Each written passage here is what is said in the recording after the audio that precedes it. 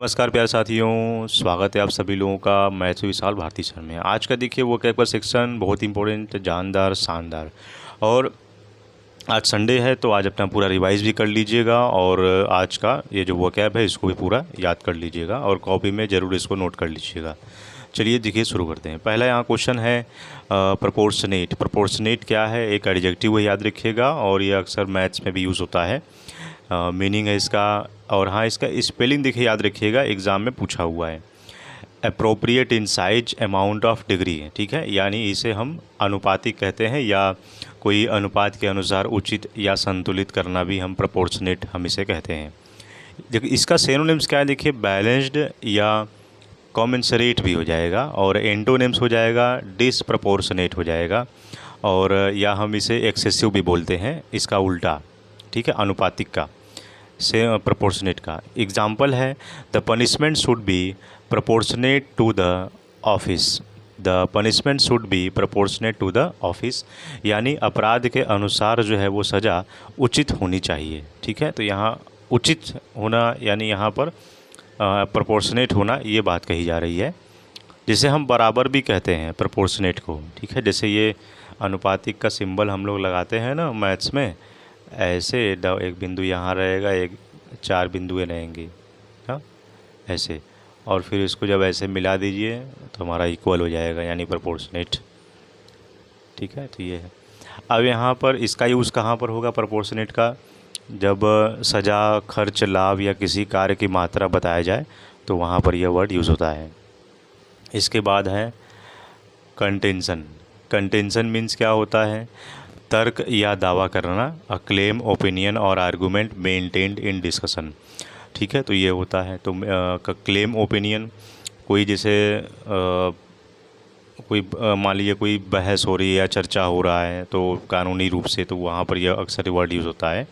इसका सिनोनिम्स है assertion. Assertions बहुत इंपॉर्टेंट है, असर्शन वर्ड एग्ज़ाम में पूछा हुआ है, और कंटेंशन में देखिए यहाँ दिया हुआ है। तो असर्शन कई बार आया हुआ है, तो इसका सिनोनिम्स अगर असर्शन आ गया तो आप कंटेंशन ज़रूर लिख दीजिएगा, या क्लेम भी आप लिख सकते हैं इसका सिनोनिम्स। एंटोनिम्स है एग्रीमेंट और एक्सेप्टेंस हो जाएगा, ठीक है। एग्जाम्पल है her contentions was supported by strong evidence, यानी उसका दावा मजबूत सबूतों से समर्पित था, है ना, ये हो जाएगा। और तो कोई जैसे तर्क, दावा या विवाद का विषय जब ये आता है तो कंटेंशन हम इसे बोलते हैं, तर्क करना, दावा करना या विवाद का कोई विषय हो, ठीक है। इसका यूज़ कहाँ पर होगा? जब बहस, चर्चा, कोई कानूनी मामलों में होगा तो ये कंटेंशन वर्ड वहाँ पर यूज़ होता है, ठीक है। 13 वाला देखिए क्या है, ऑथराइजेस। ऑथराइजेस क्या है? एक वर्ब है, याद रखिए। मीनिंग है गिव्स ऑफिशियल परमिशन और अप्रूवल, यानी अधिकृत करना, हाँ जैसे कोई आधिकारिक अनुमति देना, ठीक है। इसका सिनोनिम्स है परमिट या एम्पावर हो जाएगा।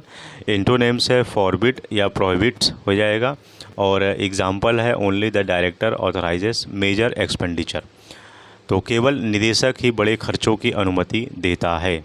तो अधिकृत करना या आधिकारिक अनुमति देना, तो यहाँ पर ये वर्ड यहाँ पर यह वर्ड यूज़ हुआ है, ऑथराइजेस, ठीक है। तो इसका यूज़ कहाँ पर होगा? जैसे कोई कार्यालय हो गया, बैंक हो गया, कोई सरकारी कार्य, और वहाँ पर कोई अनुमति अगर देने की बात हो तो वहाँ पर ऑथराइजेस वर्ड यूज़ होता है ना। प्रोफेशनल कामों में प्रोफेशनल कामों को लेकर यह वर्ड अक्सर जो है वो यूज़ होता है, ऑथराइजेस, ठीक है। इसके बाद है 14 है सिस्टमेटिक, नहीं सिस्टमिक है, सिस्टेमिक, हाँ सिस्टेमिक। यह एक एडजेक्टिव है, याद रखिएगा, और इसका मीनिंग है व्यवस्थागत, यानी affecting an entire system rather than one part, यानी कोई पूरे तंत्र या व्यवस्था को प्रभावित करने वाला, यानी कोई पूरा तंत्र या कोई पूरे व्यवस्था को प्रभावित करने वाला, जिसे हम व्यवस्थागत कहते हैं। इसका सिनोनिम्स है स्ट्रक्चरल या इंस्टीट्यूशनल हो जाएगा, बहुत ही इंपॉर्टेंट है। इंस्टीट्यूशनल वर्ड देखिए आया हुआ है, तो सिस्टमेटिक आप लिख सकते हो, या स्ट्रक्चरल आ गया तो आप इंस्टीट्यूशन लिख सकते हो। सिनोनिम्स इसका याद रखिएगा। एंटोनिम्स है आइसोलेटेड हो जाएगा और इंडिविजुअल हो जाएगा। एग्जाम्पल है the report revealed systematic weaknesses in the organisation. तो एग्जाम्पल क्या है? The report revealed systematic weaknesses in the organisation, यानी रिपोर्ट में संगठन की व्यवस्थागत कमजोरियां सामने आई, ये हो जाएगा। और इसका यूज़ कहाँ पर होगा, जहाँ पर प्रशासन, कोई संगठन, अर्थव्यवस्था और व्यवस्था की समस्याओं में यह वर्ड यूज़ होता है, सिस्टमेटिक। इसके बाद है रेमिडेड, रेमिडीड जिसे बोलते हैं, हाँ रेमिडीड। और ऐसा वर्ड पहले भी आया हुआ है, मैं आपको बता चुका हूँ। रेमिडीड यानी समाधान किया, यह एक वर्ब है। इसका मतलब है यहाँ पर इंग्लिश मीनिंग है करेक्टेड और इम्प्रूव्ड ए प्रॉब्लम, यानी किसी समस्या को सुधारना या समाधान करना, इसे हम रेमिडीड कहते हैं। क्या बोलते हैं, रेमिडीड, रेमिडीड। सिनोनिम से करेक्टेड या रेक्टिफाइड हो जाएगा। एंटोनिम से इसका वर्सेंड या एग्रीवेटेड हो जाएगा, ठीक है, वर्सेंड या एग्रीवेटेड।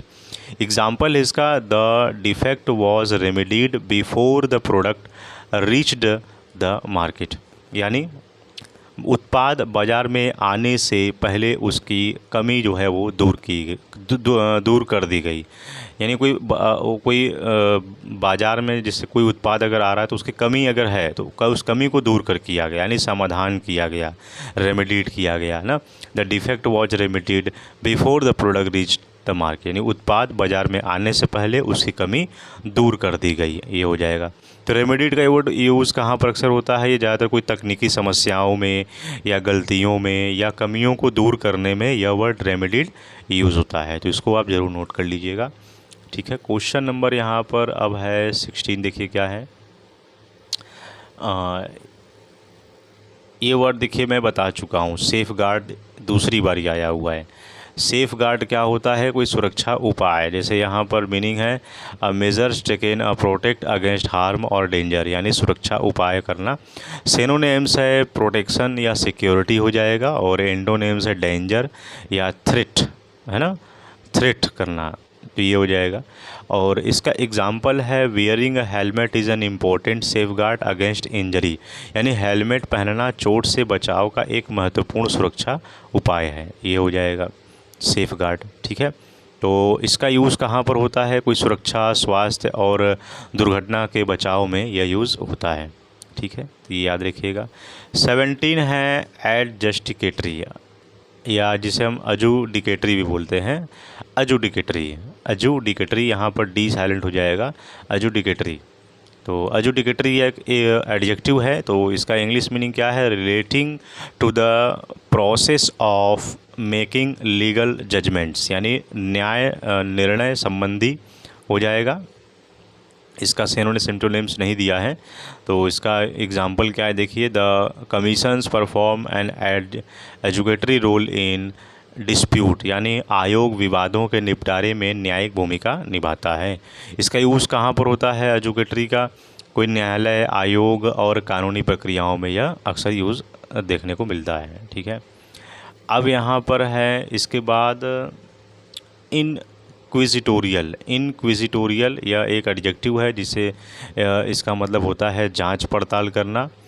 मीनिंग है इसका relating to investigate and intensive questions, जांच पड़ताल संबंधी है, कोई गहन पूछताछ करना संबंधी यह यूज़ होता है इनक्विजिटोरियल। सिनोनिम्स है इन्वेस्टिगेटिव या प्रोबिंग हो जाएगा, एंटोनिम्स है नॉन इन्वेस्टिगेटिव या पैसिव हो जाएगा। एग्जाम्पल है the committee adopted an inquisitorial approach to the inquiry, यानी समिति ने जांच के लिए गहन पूछताछ वाला तरीका अपनाया। जांच कमेटी जो थी वो गहन पूछताछ वाला तरीका अपनाया है ना। The committee adopted an inquisitorial approaches to the inquiry, ठीक है, ये हो जाएगा। इसका यूज़ कहाँ पर होता है, जहाँ जैसे कोई जांच समितियाँ हो गई, पुलिस जांच और पूछताछ में यह इनक्विजिटोरियल वर्ड यूज़ होता है। इसके बाद है यहाँ पर इंटाइटलमेंट, बहुत इंपॉर्टेंट है। इंटाइटलमेंट याद रखिए नाउन है, द राइट टू रिसीव और हैव समथिंग, यानी अधिकार या हक होना, इंटाइटलमेंट। अक्सर यह वर्ड ये देखने को मिलता है जब हम लोग न्यूज़पेपर पढ़ते हैं, उसमें आता है, या कोई ऐसा कोई कर्मचारी, अधिकारी सरकारी योजनाओं में यह अक्सर वर्ड आता है। सिनोनिम से राइट या क्लेम करना, और एंटोनिम से डिस्क्वालिफिकेशन या डिनायल हो जाएगा। एग्जाम्पल है employees have an entitlement to annual leave, यानी कर्मचारियों को वार्षिक अवकाश पाने का अधिकार है। ठीक है। इसका यूज़ कहाँ पर होता है? कोई कर्मचारी अधिकार, सरकारी योजनाओं और कानूनी अधिकारों में यह यूज़ होता है। ठीक है। इसके बाद है यहाँ पर इंटीग्रिटी, बहुत इंपॉर्टेंट है। नाउन याद रखिएगा। इंटीग्रिटी का मतलब क्या होता है? The quality of being honest and having strong moral principles, यानी कोई ईमानदारी और नैतिकता जहाँ पर बात आए तो वहाँ इंटीग्रिटी वर्ड हम इसे कहते हैं। नाउन है याद रखिएगा। सिनोनिम्स है ऑनेस्टी या प्रोबिटी हो जाएगा। एंटोनिम्स इसका उल्टा कर दीजिए तो डिसऑनेस्टी या करप्शन हो जाएगा। और एग्जाम्पल है the officer earn respect because of his integrity, यानी अधिकारी को उसकी ईमानदारी के कारण सम्मान मिला। ठीक है, तो ये हो जाएगा। तो इसका यूज़ कहाँ पर होता है इंटीग्रिटी? जहाँ पर कुछ चरित्र की बात हो, नेतृत्व करने की बात हो या नैतिक मूल्यों की बात हो तो वहाँ पर इंटीग्रिटी वर्ड यूज़ होता है। तो यही था प्यारे साथियों हमारा आज का 10 बुक है। आई होप आपको अच्छे समझ में आया होगा। इसको पूरा याद कर लीजिएगा, नोट कर लीजिएगा। और आज संडे है तो पूरा आज जितना भी आपने पढ़ा है, मैथ है आपका, है ना, जीके का पोर्शन है, इंग्लिश का है, उसको सब आज पूरा रिवाइज़ कर लीजिएगा और मॉक टेस्ट लगाना मत भूलिएगा। ठीक है, तो प्यारे साथियों मिलते हैं आपसे नेक्स्ट वीडियो में। जय हिंद, जय भारत।